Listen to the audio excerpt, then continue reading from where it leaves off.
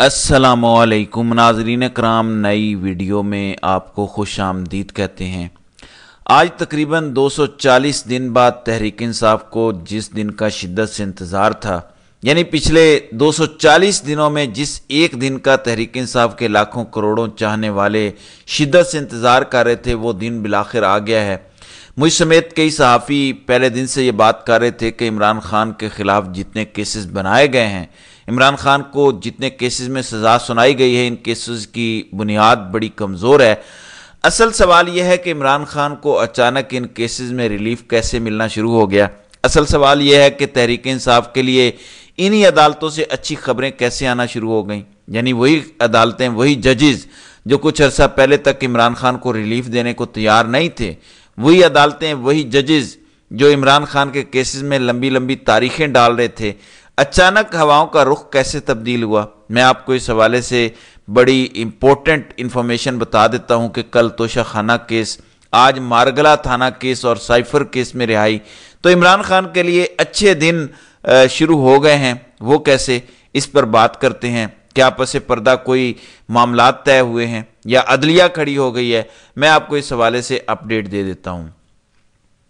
ناظرین کرام، پاکستان کا عدالتی منظرنامہ 25 مارچ کے بعد بالکل تبدیل ہو گیا ہے۔ 25 مارچ سے پہلے کی عدلیہ اور 25 مارچ کے بعد کی عدلیہ میں بہت فرق آ چکا ہے۔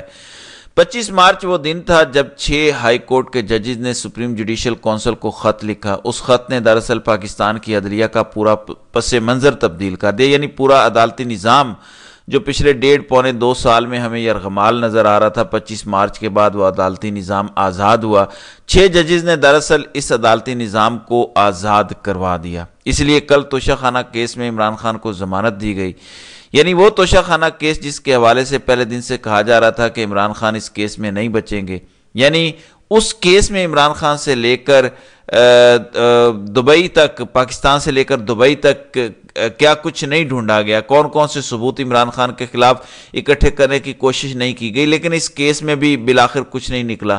پھر آج عمران خان کو 9 مئی سے جڑے اسلام آباد کے مارگلہ تھانے میں درج مقدمے میں بھی باعزت بری کیا گیا۔ پھر سائفر کیس جس میں پہلے دن سے لے کر اب تک کوئی ایک گواہ، کوئی ایک ثبوت عمران خان کے خلاف نہیں جا سکا، لیکن اس کے باوجود عمران خان اور شاہ محمود قریشی کو 10 سال قید کی اس میں سزا سنائی گئی۔ عمران خان کے وکلاء نے ایسے ایسے نکات اٹھائے، یعنی بیرسٹر سلمان صفدر نے جو سائفر کیس میں دلائل دیے وہ زبردست تھے۔ ان دلائل کو سن کے پتہ لگ رہا تھا، اس سماعت کو سن کر پتہ لگ رہا تھا کہ عمران خان کے خلاف یہ سائفر کیس بھی ختم ہو جائے گا۔ اڈیالہ جیل کا دروازہ باقاعدہ عمران خان کے لیے کھلنے کو تیار ہے، رہائی کا وقت آ چکا ہے، لیکن سوال وہی ہے کہ چیزیں تبدیل ہوئی کیسے۔ دیکھیں، پہلی بات تو یہ ہے کہ اگر کسی شخص کا یہ خیال ہے کہ کہیں پر کوئی ڈیل ہوئی ہے، کہیں سے گرین سگنل آیا ہے، کہیں پر کوئی معاملات طے ہوئے ہیں، تو ایسا نہیں ہے۔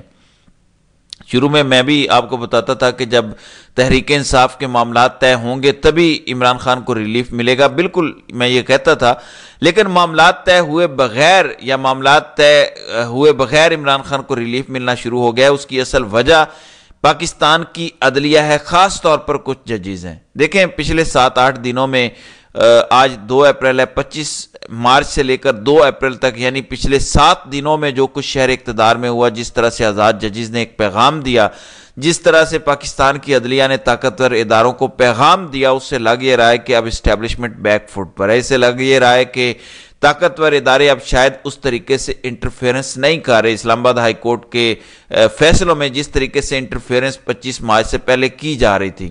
مثلا فہد شہباز نے کل یہ خبر دی کہ ایک طاقتور شخصیت نے انہیں بتایا کہ تمہارے قاضی صاحب 12 گھنٹے بھی دباؤ برداشت نہیں کر سکے۔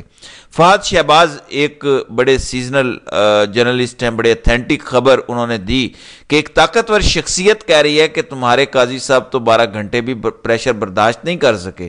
اس کا مطلب یہ ہے کہ سپریم کورٹ نے 6 ججز کے معاملے پر جو از خود نوٹس لیا، وہ دراصل وہ دباؤ تھا جس کو قاضی صاحب برداشت نہیں کر سکے۔ میں پہلے دن سے کہہ رہا تھا کہ یہ 6 ججز کا معاملہ بہت سے لوگوں کی گردن لے کر جائے گا۔ ابھی تو یہ معاملہ چیف جسٹس عامر فاروق تک ہے، یہ معاملہ قاضی فائز عیسیٰ تک بھی آئے گا۔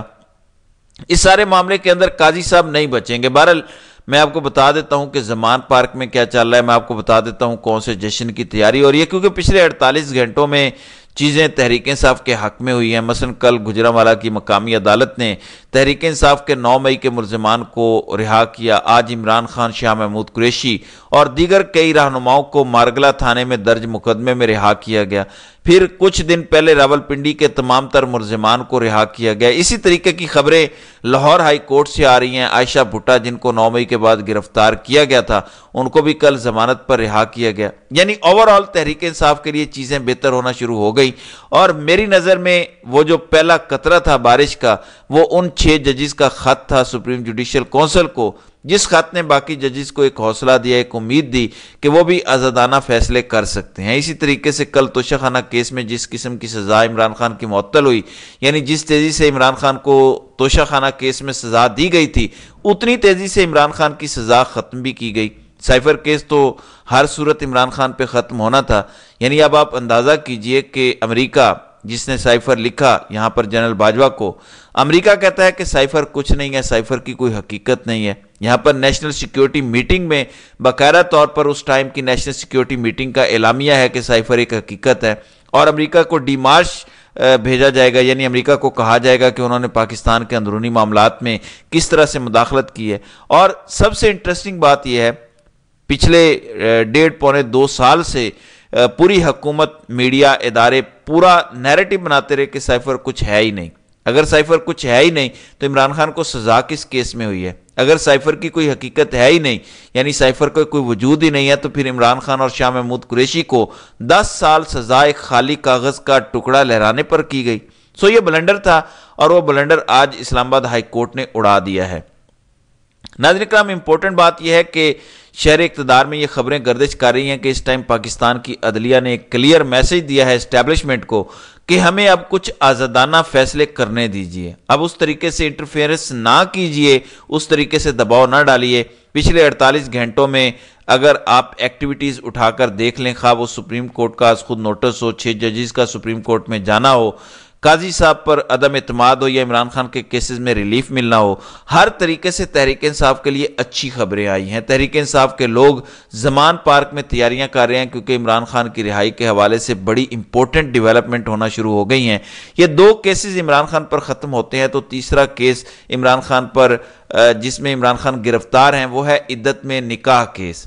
اس کے علاوہ اس ٹائم عمران خان پر کوئی ایف آئی آر نہیں ہے۔ 190 ملین پاؤنڈ کا کیس عمران خان پر چل رہا ہے۔ عمران خان سے اس کیس سے متعلق تفتیش ہو رہی ہے، لیکن عمران خان کی گرفتاری اس میں نہیں ڈالی ہوئی۔ لہٰذا اگر عدت میں نکاح کیس، جس کی وجہ سے میری نظر میں یہ پورا نظام خراب ہوا، کیونکہ وہ ایک بےہودہ کیس تھا، روح کانپ اٹھتی ہے جس قسم کے جج قدرت اللہ نے اس کیس میں بشرا بی بی سے سوال کیے، جس قسم کے سوال خاور مانیکا سے کیے، اور جس قسم کی گھٹیا گفتگو اس بےہودہ شخص خاور مانیکا نے کمرہ عدالت میں کی۔ میں اس پر آپ کو رپورٹ بھی کر چکا ہوں کہ کوئی غیرت مند شخص اس قسم کی گفتگو نہیں کر سکتا، بے شک وہ سابقہ اہلیہ ہو، اس کے خلاف بھی، ایک باپردہ خاتون کے خلاف اس قسم کی گھٹیا گفتگو نہیں کی جا سکتی، جس قسم کی گھٹیا گفتگو خاور مانیکا اور جج قدرت اللہ نے کرنے دی۔ اسی وجہ سے چند دنوں میں الٹی گنگا بہنا شروع ہو گئی ہے۔ چند دنوں کے اندر پورا نظام عمران خان کے حق میں کھڑا ہو گیا ہے۔ قدرت عمران خان پر مہربان ہے۔ یقین جانیں قدرت نے عمران خان سے شاید کوئی بہت بڑا کام لینا ہے، جس وجہ سے اتنا آسان ہو گیا سارا معاملہ۔ یعنی 25 مارچ کو 6 ججز اسلام آباد ہائی کورٹ کے خط لکھتے ہیں۔ اس خط کے بعد آپ دیکھیے کہ پلٹا کیسے ہے پورا نظام۔ اس خط کے بعد دیکھیں کہ قاضی صاحب، جن کی ایکسٹینشن کی خبریں چل رہی تھی، کہا جا رہا تھا کہ قاضی صاحب کو تو بڑی آسانی سے ایکسٹینشن مل جائے گی، اور عمران خان تو اگلے 1.5-2 سال جیل سے باہر نہیں آئیں گے، وہ عمران خان عید سے پہلے باہر آ سکتے ہیں۔ یعنی اگر عدت میں نکاح کیس اڑ جاتا ہے خصوصی عدالت سے، تو عمران خان کی رہائی تو چند دنوں میں ہو جائے گی، اور عمران خان رہا ہو گئے تو یہ پورا سیاسی منظرنامہ لپیٹ دیا جائے گا، پھر شہباز شریف کی حکومت نہیں چل سکے گی۔ چیزیں تحریک انصاف کے حق میں جو بہتر ہونا شروع ہوئی ہیں، اس کا کریڈٹ ان 6 ججز کو جاتا ہے۔ نہ عمران خان یا تحریک انصاف کے پس پردہ کوئی معاملات چل رہے ہیں، نہ کوئی ڈیل ہوئی ہے، نہ کوئی معاملات طے ہوئے ہیں، نہ کوئی گرین سگنل آیا ہے۔ صرف ان 6 ججز کے خط نے یہ پورا ماحول تحریک انصاف کے لیے بنا دیا۔ اسی حوالے سے فہد شہباز کی کل کی خبر میں آپ کو ذکر کر رہا ہوں کہ فہد شہباز کو کسی طاقتور شخصیت نے کہا کہ آپ کے قاضی صاحب 12 گھنٹے برداشت نہیں کر سکے۔ وہ ایک دباؤ تھا